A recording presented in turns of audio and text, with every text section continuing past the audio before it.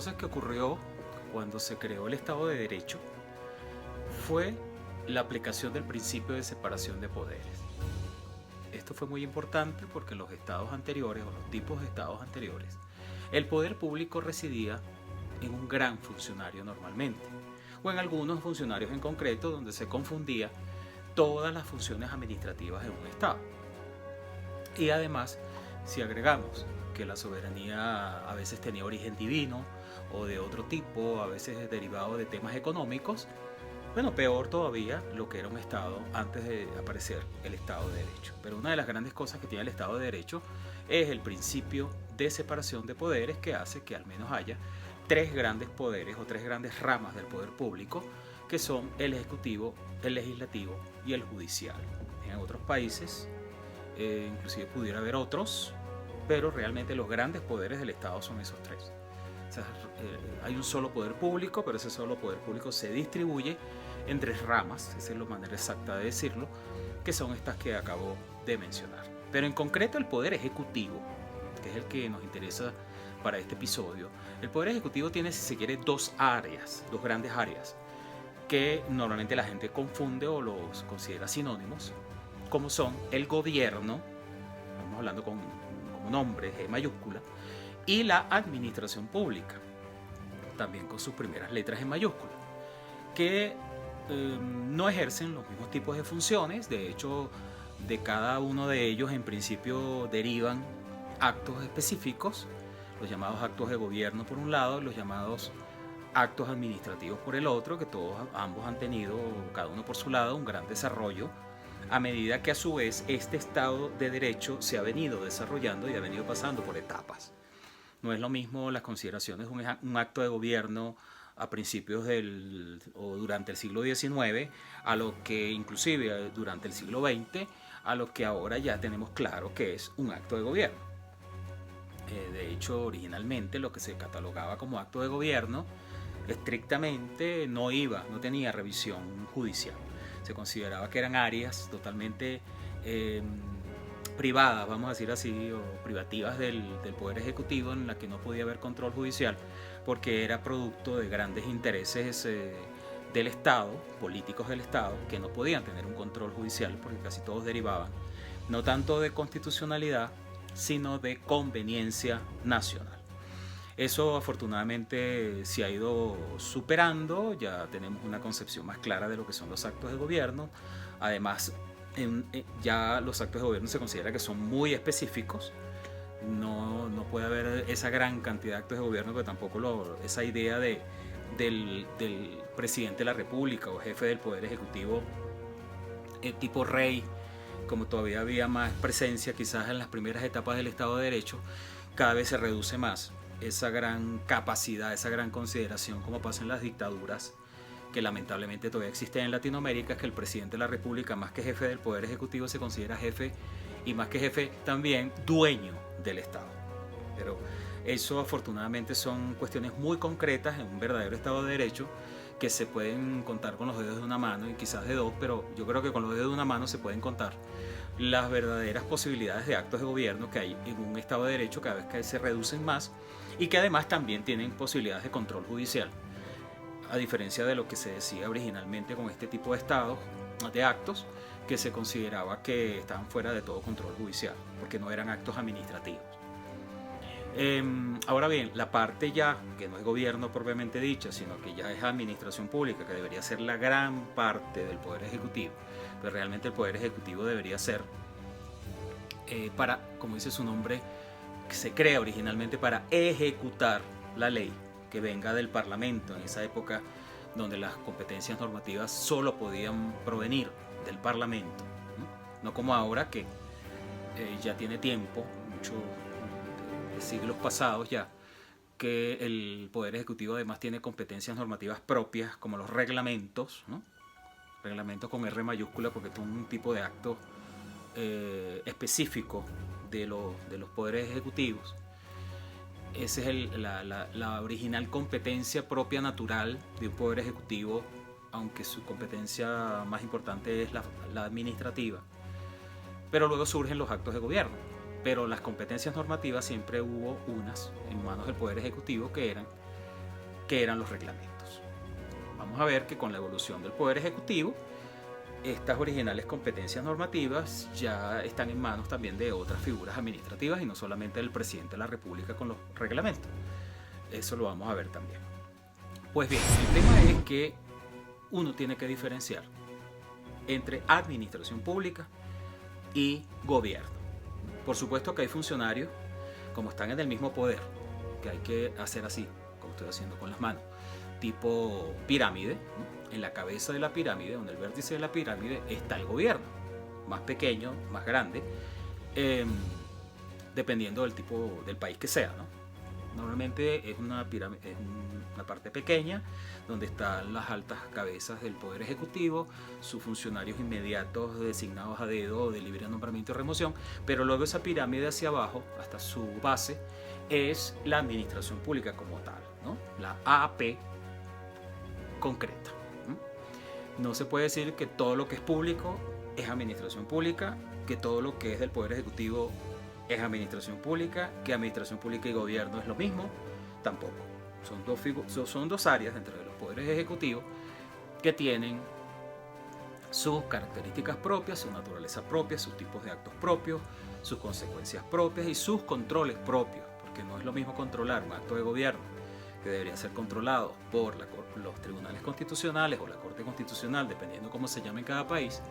Hay unos que se llaman también Sala Constitucional dentro del Tribunal Supremo, a los actos de gobierno, a los actos administrativos, perdón, que sí tienen toda una jurisdicción creada para ellos, que es la jurisdicción contencioso administrativa, que en su origen además era parte también del Poder Ejecutivo, pero que ya con la evolución del Estado de Derecho, la jurisdicción contencioso administrativa está en el Poder Judicial. En eso no vamos a entrar porque eso ya es un tema muy jurídico, pero en todo caso es una jurisdicción distinta a la de los actos de gobierno.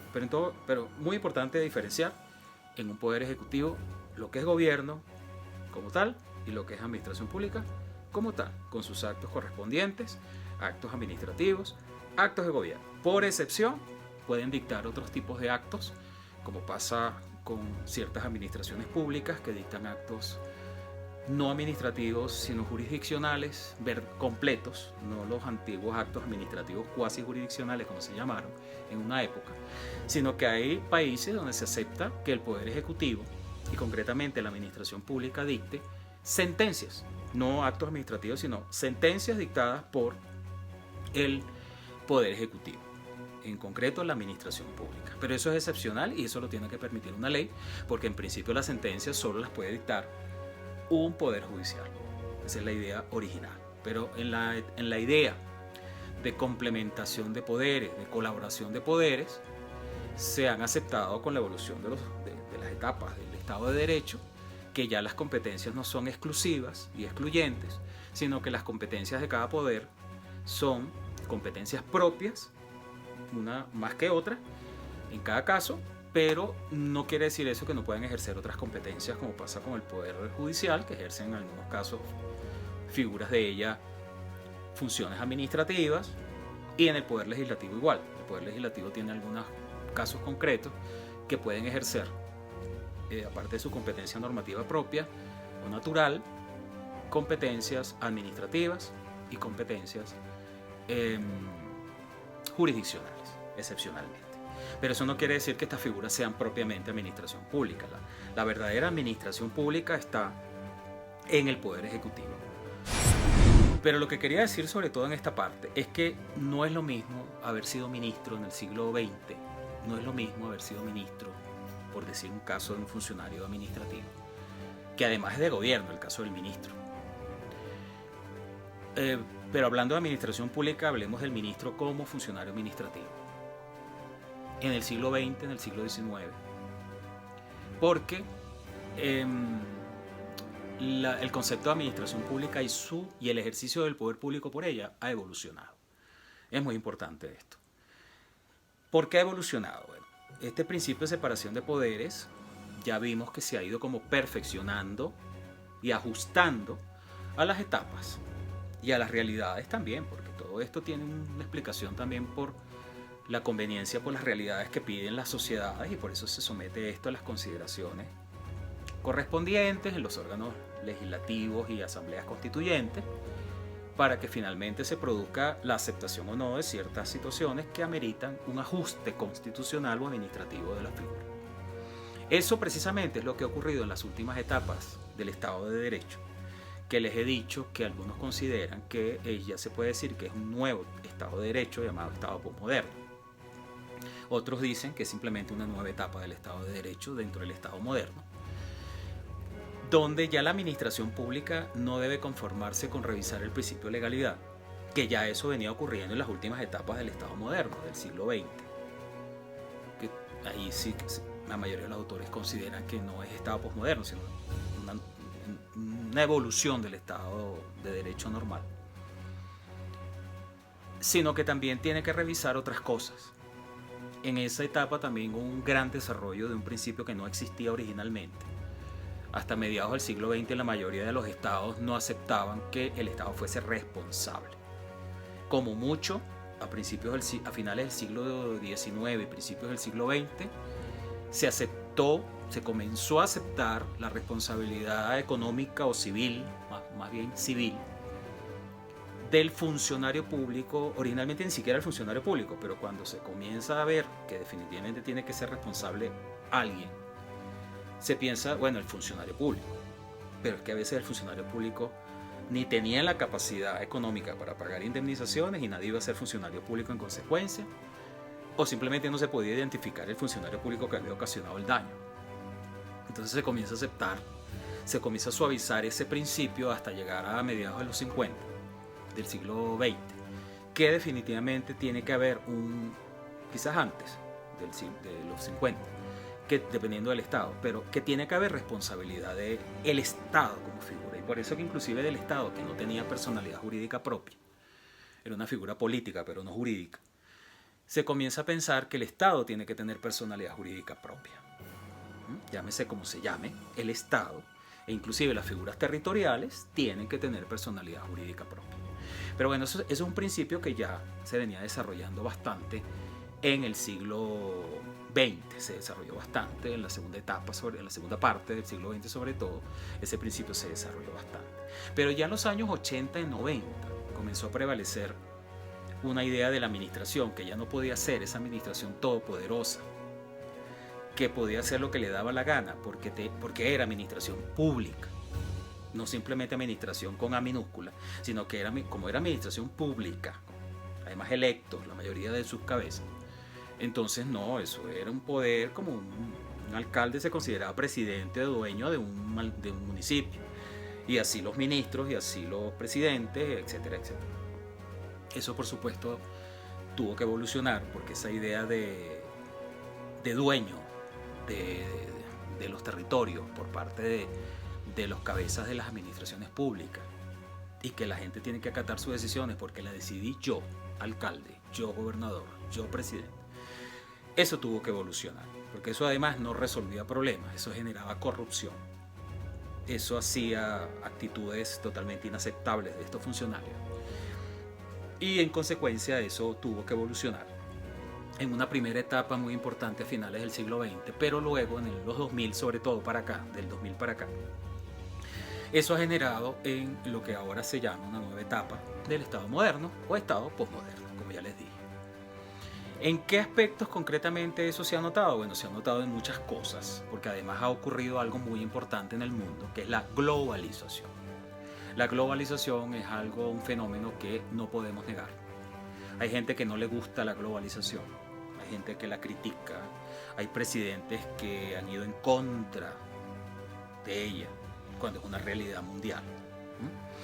Y la mayoría de los casos, esos presidentes, esos gobernantes, esos grandes funcionarios se han estrellado, porque la realidad es la realidad. Y no es que el derecho debe ceder a la realidad, sino que el derecho se impone mientras sea derecho, pero el derecho tiene que evolucionar también frente a las realidades. Y una de las cosas que ha ocurrido en el mundo, y ha sido muy beneficiosa además cuando hacemos el balance, es la globalización. O sea, cuando se une lo que es la evolución natural de un Estado de Derecho con la globalización, da lugar a lo que ahora se llama el Estado postmoderno, donde hay ciertos temas que en algunas partes del mundo se manejaban de una manera y en otras se manejaban de otras, pero resulta que al ver los beneficios de esa otra parte del mundo, que tenía una consideración, por ejemplo, de la administración pública distinta a la que teníamos nosotros en Latinoamérica y Europa, que nuestra estructura administrativa proviene de Europa, continental sobre todo, resulta que nos hemos dado cuenta que la realidad no solo que es globalizada, y los países cada vez no es que sean menos soberanos, sino que han tenido que replantearse inclusive su soberanía propia, absoluta, plena, sino que han tenido que no ceder soberanía propiamente, pero sí replantear su soberanía, porque también es soberanía cuando yo me meto en una organización internacional, cuando yo acepto ciertas cosas porque me conviene a mí como país. Eso también es soberanía. Entonces después no me vengas a decir que porque una decisión venga de una organización internacional, eso es antisoberanía. No, pero es que tú por algo estás en la organización internacional, ¿no? Entonces eso es muy relativo de que no haya, o que se cedió soberanía, o que se redujo la soberanía. No, se replantea la soberanía, pero por razones naturales, o de conveniencia, o de evolución del mundo y de lo que conviene a los ciudadanos, como ha pasado con los derechos humanos. Los derechos humanos ya no se pueden considerar de país por país. Ya hay una consideración global de los derechos humanos. Pero así pasó con la administración pública. La concepción de la administración pública que teníamos nosotros, clásica, ha tenido que ceder, al menos en una parte, frente a esa administración pública que ahora prevalece en el mundo. Porque si queremos vivir en un mundo globalizado, que la tecnología nos lleva a eso obligatoriamente, no podemos seguir pensando como paisitos, o países, o estados sin conexión con el mundo, como fue hasta cierto momento que se podía hacer. No, es que la tecnología nos lleva a todo globalizado porque además nos conviene.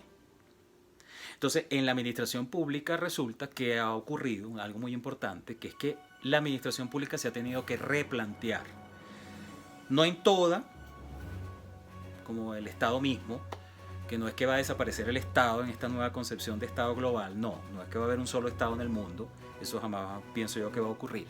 Pero sí ha habido una parte del Estado que ha tenido que replantearse esa soberanía absoluta para manejarla diferente, que no es que no haya soberanía, como piensan algunas ideologías, que no aceptar organizaciones internacionales porque eso es antisoberanía, antinacionalismo, anti no sé qué, y resulta que después los problemas se agravan en esos países que no aceptan eso.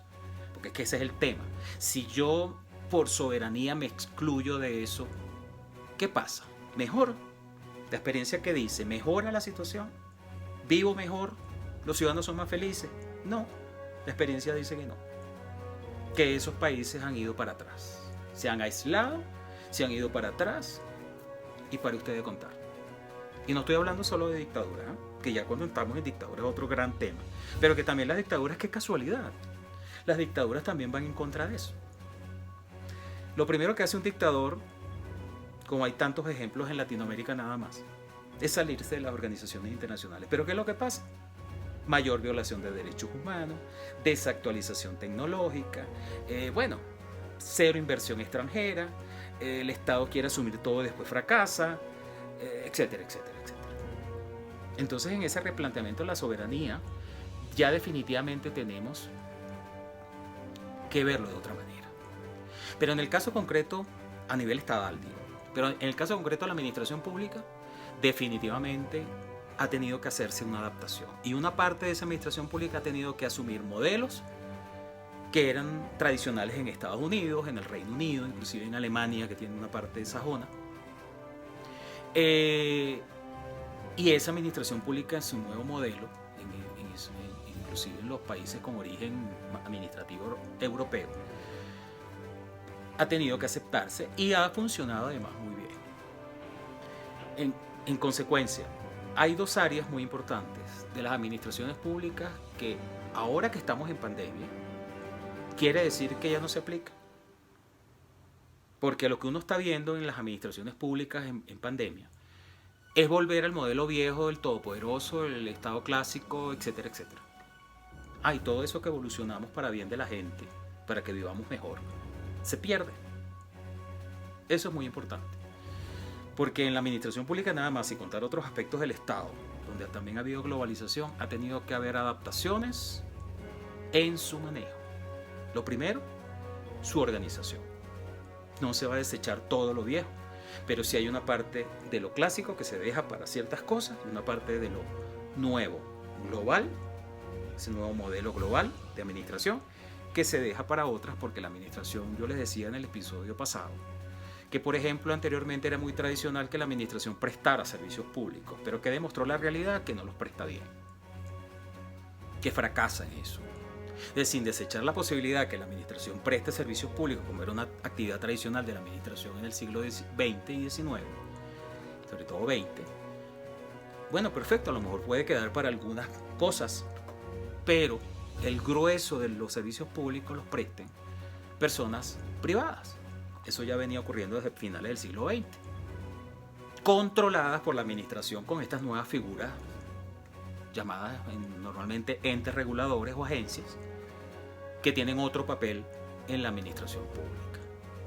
Pero fíjense ustedes que los actos administrativos en estas nuevas figuras administrativas derivadas de la globalización ya no van a actuar, debería ser en toda la administración pública, pero en esas en concreto, los entes reguladores, que además tienen competencias normativas propias, actos administrativos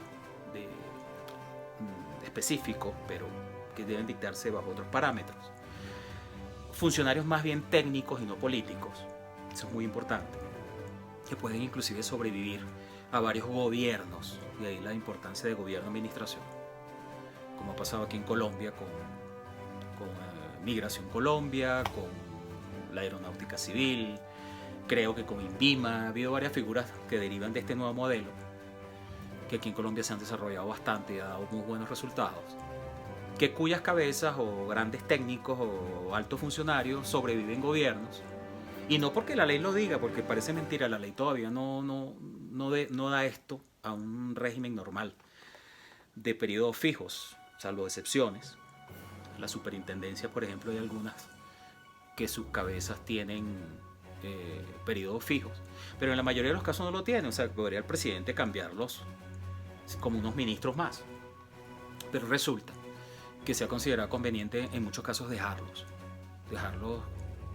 de gobierno a gobierno, inclusive con ideas muy distintas, como pasó entre Santos y Duque, que varios de estos funcionarios de organismos técnicos administrativos descentralizados, desconcentrados, porque hay unos que tienen personalidad jurídica y otros que no, se mantuvieron en el gobierno de Duque y han dado muy buenos resultados, porque ellos estaban allí por técnicos, no por políticos, ni por allegados al partido, ni el gobierno anterior, no, ellos estaban por técnicos y demostraron ser buenos. Esa es la idea, es una de las cosas que ha mejorado mucho la administración pública, que por eso es que no pueden estar decidiendo las cosas como antes, que además los resultados eran nefastos. Por eso es que los que quedan de las anteriores administraciones clásicas, ministerios, alcaldías, gobernaciones, estas figuras que siempre existieron, servicios públicos, institutos autónomos, como se llaman en otros países, también tienen que tener en cuenta muchas de estas cosas y deberían ser nombrados también bajo estos parámetros. Pero eso es un proceso evolutivo que va a ocurrir, como ya en unos países más que en otros, Perú, Chile, Colombia, a lo mejor México, ha tenido unas evoluciones más rápidas que otros, sin contar las dictaduras que esto no lo aceptan. Y para mal, porque entonces funciona peor todo. Entonces los servicios públicos, al estar bajo criterios de competencia, por ejemplo, al ser todas figuras privadas, cada vez trata cada empresa de ser mejor que la otra para que el cliente vaya más hacia una que hacia otra. Eso beneficia al servicio público. Pero cuando lo hacía el Estado solo, como pasa en las dictaduras y estos estados de derecho que todavía se manejan bajo criterios viejos, los resultados con los servicios públicos y las empresas públicas es nefasto. Entonces nosotros aprendimos que de ciertas experiencias mundiales no solo era mejor para entendernos entre los países, sino para funcionar nosotros internamente, y por eso las constituciones hasta lo han aceptado. Estas figuras administrativas novedosas han tenido que adaptarse para bien de todos, no para manejo del imperio, de cosas internacionales, no, o posesión de la soberanía. Eso no es así. Y el segundo gran aspecto que me quería referir en esta parte administrativa es el procedimiento administrativo. El procedimiento administrativo siempre ha sido un criterio, una institución propia del derecho administrativo de mucho tiempo atrás. Pero ¿qué era un procedimiento administrativo en el siglo XIX, en el siglo XX? Eran unas formalidades. Inclusive en el siglo XX fue que realmente se convirtió en un requisito para el acto administrativo y en general para los actos públicos. Pero en la mayoría de los casos, cuando se dictaba un acto administrativo, ya el acto estaba previamente decidido. El acto administrativo era una formalidad porque lo exigía la ley cuando lo exigía la ley, porque hasta mediados del siglo XX ni siquiera se exigía, era algo muy interno. Pero una vez que eso se convirtió en un requisito del acto, una formalidad de los llamados actos formales del acto, elementos formales del acto, luego no era eso, era que el funcionario no lo consideraba importante, era una mera formalidad que tenía que hacer porque la ley se lo mandaba, pero ya yo quiero que el acto sea de tal forma, yo quiero que fulano lo voten, yo quiero que tal cosa, tal licitación la gane tal empresa. ¿A quién beneficiaba eso? Al funcionario, generaba corrupción, etc. Eso ahora no puede hacerse de esa manera, salvo que entre en ilegalidad, por supuesto. Pero entonces, ya esto de considerar el procedimiento como un verdadero elemento de validez del acto y no meramente formal, ya venía siendo objeto de consideración a finales del siglo XIX, pero en esta nueva etapa del Estado posmoderno, como llaman algunos, el procedimiento es un elemento de fondo del acto administrativo, porque por no hacer un procedimiento, un acto puede estar inválido, puede hacerse mal. El procedimiento te permite que el acto esté más cercano a la realidad y a lo que convenga hacer y evitar responsabilidad o evitar daño más que responsabilidad. Estos son dos aspectos de la administración pública que han tenido, solo por nombrar estos dos, repito, que han tenido que adaptarse a los nuevos tiempos globalizados y por supuesto adaptados a lo que es una administración pública. Por eso es que un funcionario que decide sin procedimiento, como pretenden ahora algunos hacer en pandemia, porque estamos en pandemia, la emergencia, el estado de excepción inclusive, ¿no? Pero es que el estado de excepción significa que yo voy a hacer las cosas como me dé la gana, olvidándome de todos los principios que hemos venido evolucionando del siglo XIX o finales del siglo XVIII. No, señor. La pandemia no justifica ni el estado de excepción y mucho menos estado de normalidad constitucional, que estamos haciendo las cosas otra vez como hace 2 siglos atrás. Eso debería ser totalmente rechazable y además motivo de nulidad, que de hecho la ley lo establece si no actúo de esa manera. Una pandemia no permite a una administración pública volver a 2 siglos atrás, sino que debe manejarse y deben mantenerse estos grandes principios de manejo de la administración pública.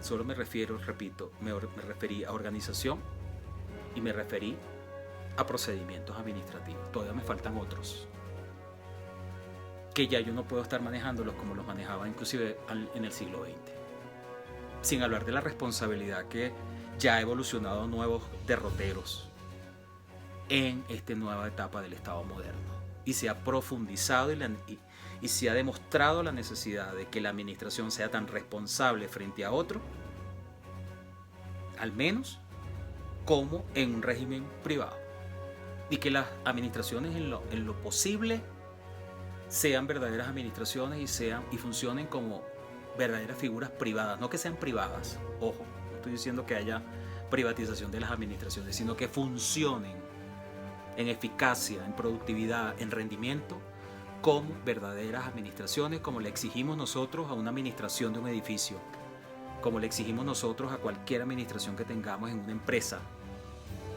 que cuando rinda cuentas se demuestre que funcionan y que resuelven problemas, si no, fuera. Para eso está una administración. Y en pandemia, una administración no puede ser un dictador, un caudillo, un todopoderoso que nadie lo controla, porque estamos en emergencia y eso es traición a la patria, como pueden decir algunos. No, porque el bienestar de la gente es primero y no el ego del funcionario. Y lo dejo hasta aquí porque este es un gran tema que ojalá que algún momento lo pueda desarrollar, como es la nueva administración pública de acuerdo con los tiempos globalizados y modernizados, más que globalizados, derivados de la globalización, pero que producto de la necesaria modernización que tiene que tener una administración pública, incluso en pandemia.